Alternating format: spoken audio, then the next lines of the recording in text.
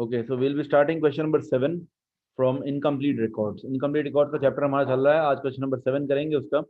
इसके अंदर है इन्वेंट्री डिस्ट्रॉय हो जाए तो वो कैसे फाइंड आउट करते हैं, ठीक है ना।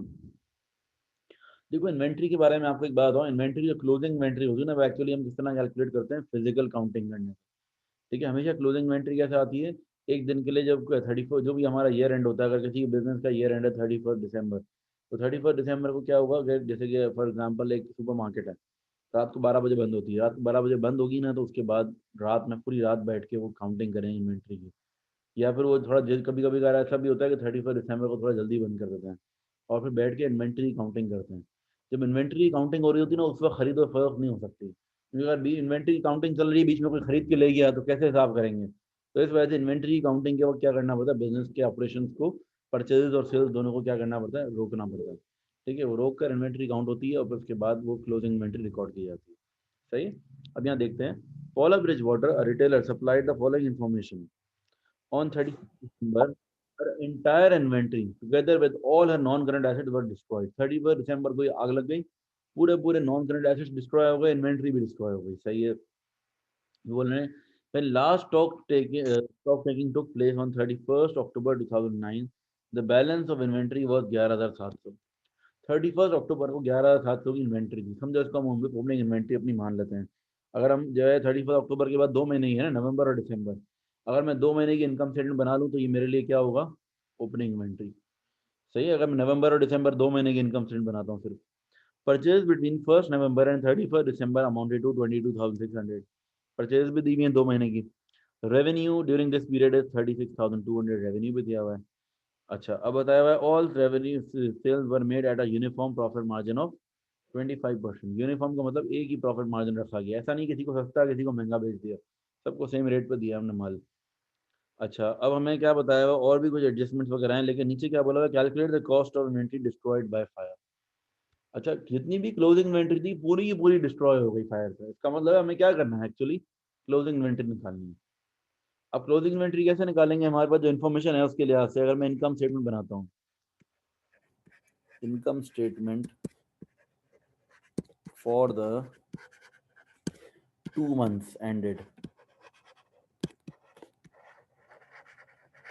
income statement for 2 months ended 31st December 2009।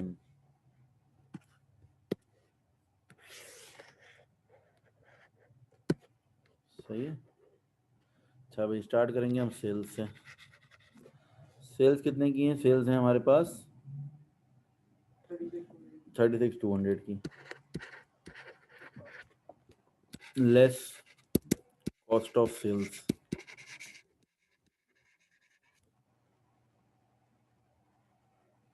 Cost of sales में आ जाएगा ओपनिंग इन्वेंट्री,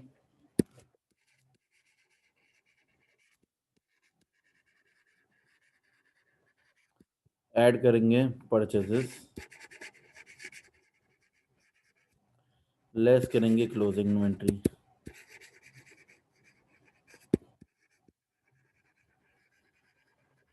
ठीक है। अच्छा भाई, opening inventory add cost of production purchase less closing inventory. Opening inventory कितने की थी, ये जो दी हुई है हमें, that is opening inventory 11,700। Add करेंगे हम परचेजेस, परचेजेस हैं 22,600। लेस क्लोजिंग इन्वेंट्री हमें नहीं पता, माइनस करेंगे तो ये कॉस्ट ऑफ सेल्स आएंगी, इसको माइनस करेंगे तो ग्रॉस प्रॉफिट आएगा। ठीक है। अच्छा, अब ग्रॉस प्रॉफिट मैं कैलकुलेट कर सकता हूँ, ग्रॉस प्रॉफिट मैं इजीली कैलकुलेट कर सकता हूँ। कैसे, देखो यहाँ पर जो है इट इज़ गिवन ओवर है कि प्रॉफिट मार्जिन कितना है, 25% है। 25% का मार्जिन, मार्जिन किस पे अप्लाई होता है, हमेशा सेल्स पर। तो ये 36,000 का 25% लगा लो, यहाँ कर लेता हूँ 36,000 मल्टीप्लाई बाय 25%, यानी कि 9,000 का मेरा ग्रॉस प्रॉफिट हो गया। अच्छा, बैकवर्ड वर्किंग करेंगे 36,200 माइनस, अच्छा 36,200 है ना, तो 9,000 चेंज हो जाएगा थोड़ा सा ना, 36 के बाद 200 भी है, तो 9050। अब इसको माइनस करेंगे तो क्या हो जाएगा, 36,200 माइनस 9050 27,150 और फिर बैकवर्ड वर्किंग करेंगे तो ये आ जाएगा। कैसे बैकवर्ड वर्किंग कैसे करते हैं देखो, opening inventory plus purchases minus closing inventory equals to cost of sales आएगा। तो अब मुझे क्या निकालना है, मुझे क्लोजिंग इन्वेंट्री निकालनी है। क्लोजिंग इन्वेंट्री को वहाँ भेज दो और कॉस्ट ऑफ सेल्स को यहाँ ले आओ, ठीक है ना। तो क्या होगा, अब आप जो है कहते हैं ओपनिंग इन्वेंट्री को यहाँ भेज दो, कॉस्ट ऑफ सेल्स को यहाँ ले आओ। तो अब इससे ये हो जाएगा कि ओपनिंग इन्वेंट्री प्लस परचेजेस दोनों का ऐड करेंगे और उसमें से 27,150 माइनस कर देंगे, तो हमारे पास क्लोजिंग इन्वेंट्री आ जाएगी। देखो opening inventory plus purchase minus cost of sales is equals to closing inventory. Value बता दे कोई मुझे। क्लोजिंग इन्वेंट्री आ जाएगी 7150। कैसे निकाली है मैंने, बैलेंसिंग फिगर, ठीक है। अच्छा भाई, क्या required, calculate the cost of inventory destroyed by fire. ये तो हो गया, पार्ट डी है ये, किसी क्वेश्चन का पार्ट डी है। Then part e, calculate the net book value of fixtures and fittings at 31st December immediately prior to the fire, assuming depreciation is charged equally throughout the year. We calculate the net book value of the fixtures and fittings at 31st December 2009 immediately prior to the fire, assuming depreciation is charged equally throughout the year, ठीक है। अच्छा अब देखो इन्होंने आपको जो ये information दी हुई है, information available from पॉला Bridge waters balance sheet at 31 अक्टूबर। 31 अक्टूबर को हमें जो बैलेंस शीट में वैल्यू दी हुई है, नेट बुक वैल्यू कितनी है, दैट इज 3840। अच्छा अब 2 महीने की और डेप्रिसिएशन अप्लाई करनी है हमें, तो क्या होगा, 31 दिसंबर तक की वैल्यू आ जाएगी। अच्छा Paula Bridgewater depreciates at fixtures and fittings at 20% per annum using straight line method, assuming a residual value of $600।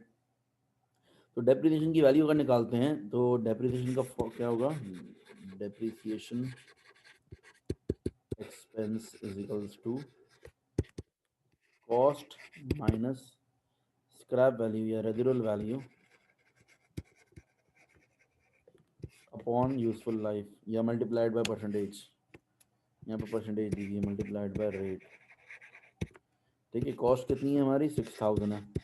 Scrap value residual value 600 और मल्टीप्लाइड बाय रेट करेंगे, कितना रेट है हमारा, 20%। लेकिन ये तो आएगा साल का, ठीक है ना। हमें 2 महीने का निकालना है तो मल्टीप्लाई बाय क्या करना पड़ेगा, 2/12। 2 महीने का डेप्रिसिएशन निकालना है तो हो जाएगा मल्टीप्लाई बाय 2/12। करो कितनी वैल्यू आ रही है इसकी, कैलकुलेट करके बताओ मुझे ये।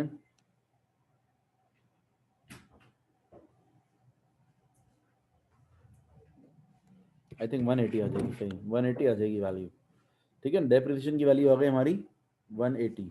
अच्छा अब हम क्या करेंगे, नेट बुक वैल्यू पहले से कितनी थी, नेट बुक वैल्यू थी 3840, इसमें से लेस कर देंगे हम 2 मंथ्स की डेप्रिसिएशन,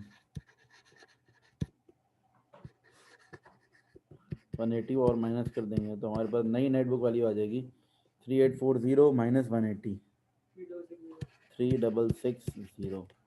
ये हमारी आ जाएगी नेट बुक वैल्यू एट 31 दिसंबर। ये जो थी हमारी नेट बुक वैल्यू कब की थी, 31 अक्टूबर की। NBV एट 31 अक्टूबर, ये है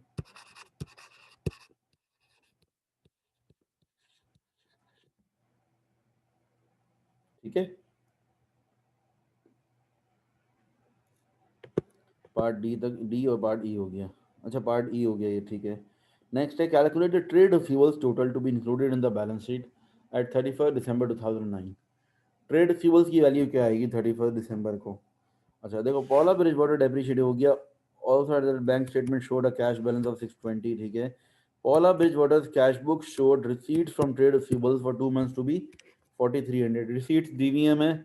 अच्छा कस्टमर्स को जो इनवॉइसेस दी हुई हैं वो 6500 की हैं। One of the trade receivables who owed 600 had gone bankrupt, ये बैड डेट्स हैं। बेसिकली हमें एसएलसीए बनाना है, ट्रेड रिसीवेबल्स का क्लोजिंग बैलेंस निकालना है। तो हम क्या करेंगे, काम करते हैं, सेल लेजर कंट्रोल अकाउंट बना लेते हैं, ठीक है ना। SLCA, sales ledger control account. इसका जो बैलेंस सीडी होगा वो क्या होगा, क्लोजिंग इन्वेंटरी, वो ट्रेड मतलब ट्रेड रिसीवेबल का क्लोजिंग बैलेंस हो जाएगा SLCA। ट्रेड रिसीवेबल अकाउंट का मतलब होता है SLCA ना। तो बैलेंस VD आ जाएगा आपका कितना, ट्रेड रिसीवेबल्स का बैलेंस VD कितना होता है, 2400 गिवन है क्वेश्चन में। अच्छा, अब जो सेल्स होंगी, क्रेडिट सेल्स, वो यहाँ पर आएंगी। देखो यहाँ invoices supplied to customers totalled 6500। Customer को हमने इनवॉइसेस भेजी, ये क्या है, क्रेडिट सेल्स है, बिल भेजा है मतलब क्रेडिट सेल्स हुई हैं। फिर कस्टमर ने जो पैसे दिए हैं, cash book showed receipts, receipts कितनी है, रिसीट्स भी लिख सकते हैं या बैंक भी लिख सकते हैं, कितना है 4300। अच्छा, बैड डेट्स हैं, एक customer bad debt go had gone bankrupt, bad debts हैं 600, ठीक है। बाकी आ जाएगा बैलेंस सीडी।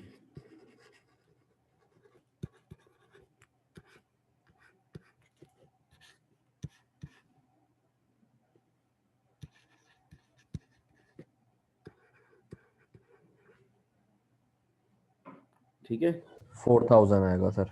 4000 बैलेंस सीडी आ जाएगा भैया, ये हमारा आंसर है, ठीक है। ये 4000 है, the value of trade receivable to be included in the balance sheet.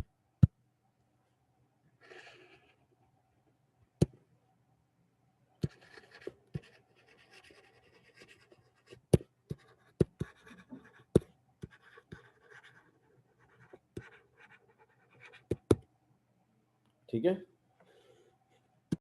ठीक है बच्चों, तो ये क्वेश्चन हो गया यहाँ तक complete. If there is any question confusion, any question you can ask, otherwise will move on to the next question. No question sir. Okay, let's move on to the next question. Marcel owns a wholesale business supplying shops, hotels, and restaurants with tea and coffee. He does not keep formal accounting records but is able to supply the following information for the year ended 30th April 2011. ठीक है। अच्छा, मैं recording यहाँ stop करके एक नई recording बना लेता हूँ इस क्वेश्चन के लिए।